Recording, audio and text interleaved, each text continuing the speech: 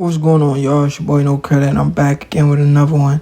I need you guys to do me a favor, hit that like button, hit that subscribe button, that notification icon for more videos like this.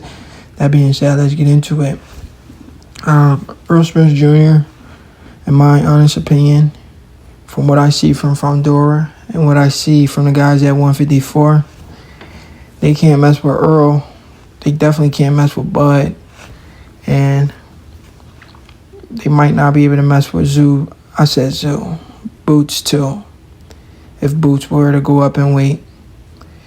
And if Crawford and Errol never went up in weight, because both guys are going up in weight, I think that division would have been wide open for Virgil Ortiz. I think Virgil Ortiz was going to be able to take over the 154-pound division. But unfortunately for Virgil Ortiz, Crawford and Spence is going up there. So it's not looking too bright for Virgil up there either.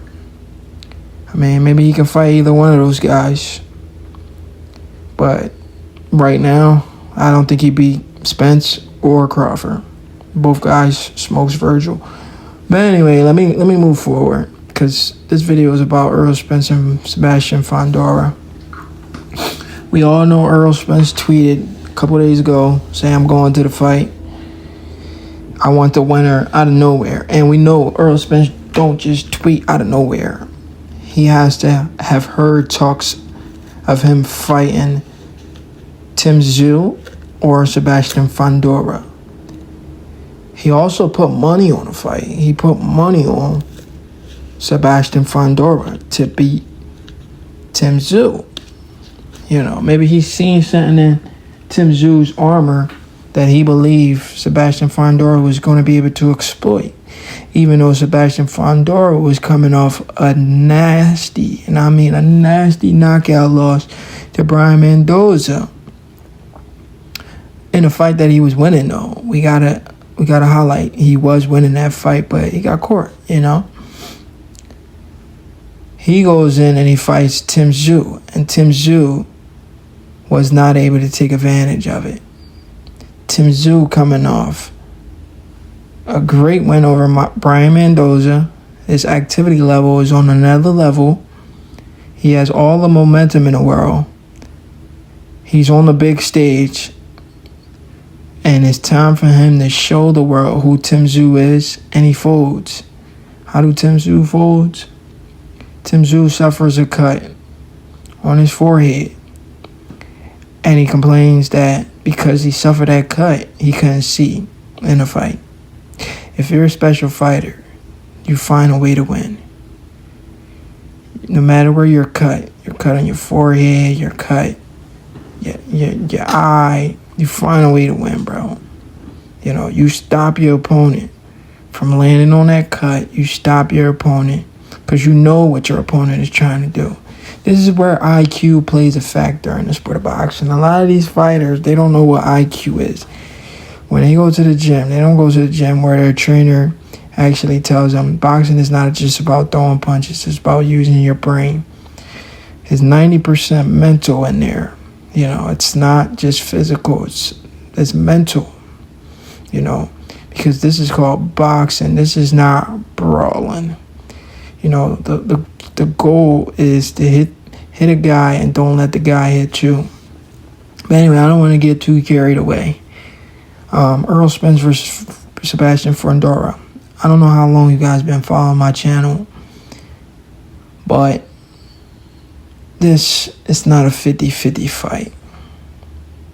This is not a 50-50 fight.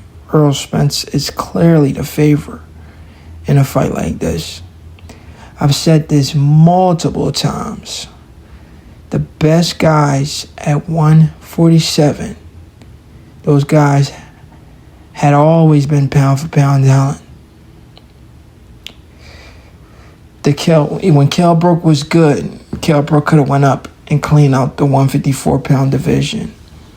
The best guys at 147, Sean Porter could have went up there and cleaned up 154. 154-pound division has never been as stacked as it was when pound for pound talents was up there. Who were the pound for pound talents that was up to 154? Canelo Alvarez, Both Charlo brothers. Errol de Lara. Miguel Cotto. I mean, pound for pound talents was up there at 154 at one time. But all those guys left, went up to 160, went up to 168.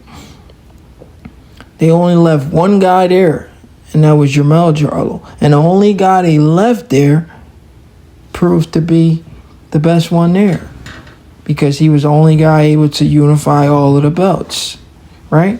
Jermell Charlo. And all of a sudden, a guy in Tim Tszyu comes out of nowhere. He's beating up these fighters. He beats up on Tony Harrison. He gets a couple little clout. And people were really saying Tim Tszyu beats Errol Spence. How? Tim Tszyu hasn't even beat Jermell Charlo. Now, if Tim Tszyu would have went into a fight with Jermell Charlo and he beat Jermell Charlo, then people will have a point. We cannot neglect how the sport of boxing works. A guy must prove it in the ring for us to just flat out come out and say, he beats this guy. People were literally saying Tim Tszyu beats Errol Spence. Now they're eating their words. Hey, slow down. Maybe we were wrong. Maybe Errol Spence does beat Tim Tszyu. Of course he does. Errol beats Tim and Fundora. I'm going as far as saying a 70% Errol Spence beats Fundora and Tim Tszyu. The reason why I'm saying 70% Errol, because I don't think Tim Tszyu is better than the Danny Garcias of the world. I don't think Tim Tszyu is better than the Kell Brooks of the world. I don't think Tim Tszyu is better than the Sean Porters of the world. You understand what I'm saying? Those guys are better than Tim Tszyu. They're better than Sabastian Fundora. You know, I don't know how people can't overrate these dudes at 154 when those dudes at 154, once again, I hope you guys are listening to me. Those dudes at 154 are not pound for pound level talent, meaning they can't move up in weight and keep doing what they're doing in that weight class. They're not that good. They're solid opponents, but they're not the best, one of the best fighters in the world. They're solid opponents, but they're not what you people try to build these dudes at 154 out to be. You know, look at Jermell Charlo. He unified the entire division, and he barely could make the pound for pound list because he doesn't have a steep talent up there at 154. But anyway, Errol Spence Jr. versus Sabastian Fundora. I got Errol Spence beating Fundora. I had Errol Spence beating Tim Tszyu as well. I don't know how you guys saw it otherwise. Errol is a better fighter. Tim Tszyu is a basic fighter. Sabastian Fundora is a basic fighter. Errol is going to walk Tim Tszyu down. He was going to walk Tim Tszyu down, punish him. Just how he's going to do to Sabastian Fundora. Both guys don't have the skill set to be able to disarm Errol Spence. You know, nobody was able to do it. Only Crawford was able to do it. I mean, the only reason he was able to do it because he's the number one pound for pound fighter in the world. Tim Tszyu can't take away Errol Spence's jab. Sabastian Fundora can't take away Errol Spence's jab. So it's going to be firepower versus firepower.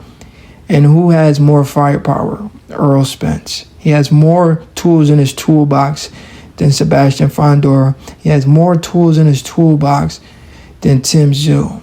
This is common sense. All you guys think about when y'all look at these fights is weight.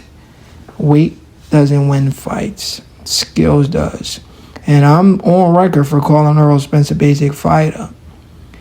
But Errol Spence against a Sabastian Fundora or a Tim Tszyu will take both guys to places they've never been before and drown them. That is if a 70 to 80% Errol Spence Jr. shows up, then he could do that. But if Errol Spence doesn't show up 70 to 80%, hopefully 90% and close to 100%, if that Errol Spence doesn't show up, then maybe Errol Spence indeed is washed, because Tim Tszyu or Sabastian Fundora is not on Errol Spence level, let alone on Terrence Crawford level. I'm so mad Tim lost because I was going to make a lot of money off of the Terrence Crawford versus Tim Tszyu fight. It's your boy No Credit. I got Errol Spence beating Sabastian Fundora, either unanimous decision or knocking his ass out TKO. the late rounds. It's your boy No Credit. I'm out.